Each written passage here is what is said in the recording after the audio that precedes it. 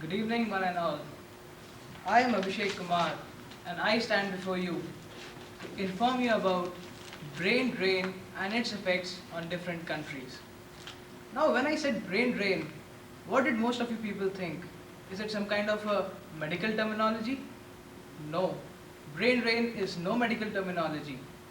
Brain drain is a process in which is a process or it's a situation in which an educated, talented and trained professional of a particular country leaves his country and goes to another country to settle down, to work, maybe in search of a better job or a better lifestyle.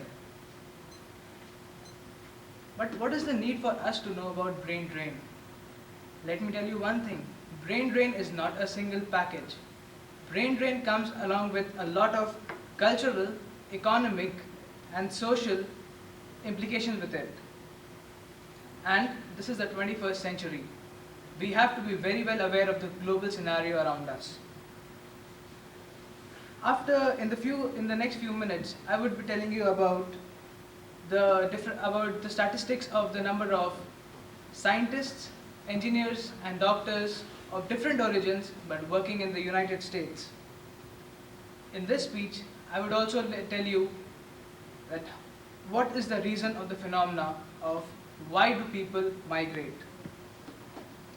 You might also appreciate the migrants who come from different country and work in this country for the development of this country. On a personal level, I am from India and I am here as a permanent resident. I am going to work over here. Although I was born, brought up and studied in India, but I will be putting all my talent and education in process of the development of this country.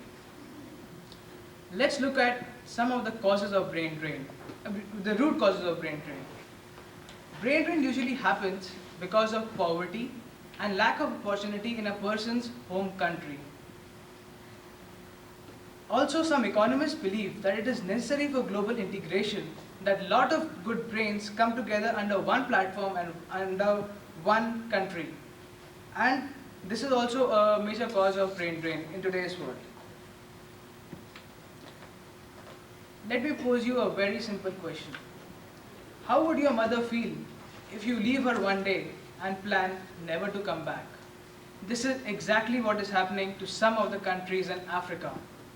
African continent was worst affected by the brain drain syndrome. According to UNDP, which is a United Nations Development Program, it is stated that between 1985 and 1990, 60,000 trained African professionals left their countries and went to other developed countries like the United States, countries in Europe, Australia, New Zealand, in search of a better job, while in their country there was famine and there was hunger.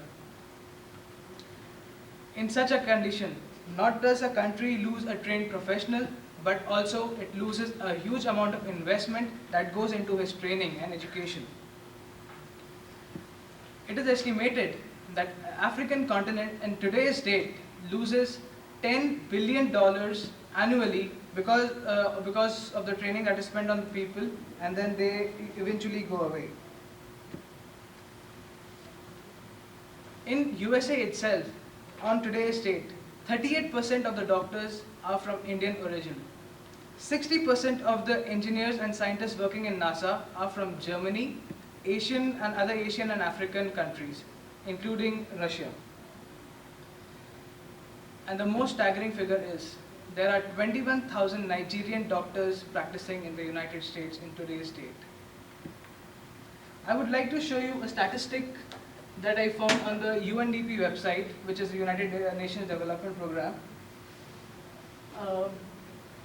This is a graph which shows on the left side the statistics of 40 countries, starting from the order of their developed status to the developing status. So we have United States, which says that 6 out of 7 trained people stay back in their country rather than going out. And this figure you can see starts diminishing as we reach Mexico or Malaysia. Just 4 out of 7 trained people tend to stay in their country. And as you come down to China, India and Ukraine, the figure just diminishes. It's just 2 out of 7 trained people want to stay in the country and the rest go away. This certainly affects the economy of these countries. The developing countries do suffer from the brain drain syndrome. But all is not lost.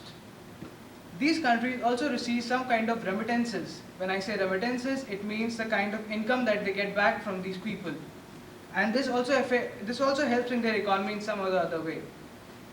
Also, when these trained professionals leave the country, it gives an opportunity to other people to come up in a better way. And it also increases the employment opportunities. The surge in the developed countries, on the other hand, the surge of good brains boosts the economy. The US makes $100,000 annually from each migrant. To conclude, I would say brain drain is a situation which may be a boon or may be a curse. It is how we perceive it. Brain drain is certainly a step towards global integration, but it should not be done at the cost of a migrant's own country. I hope at the end of this speech you will all be able to understand what brain drain is and what its implications in today's world are. Thank you so much.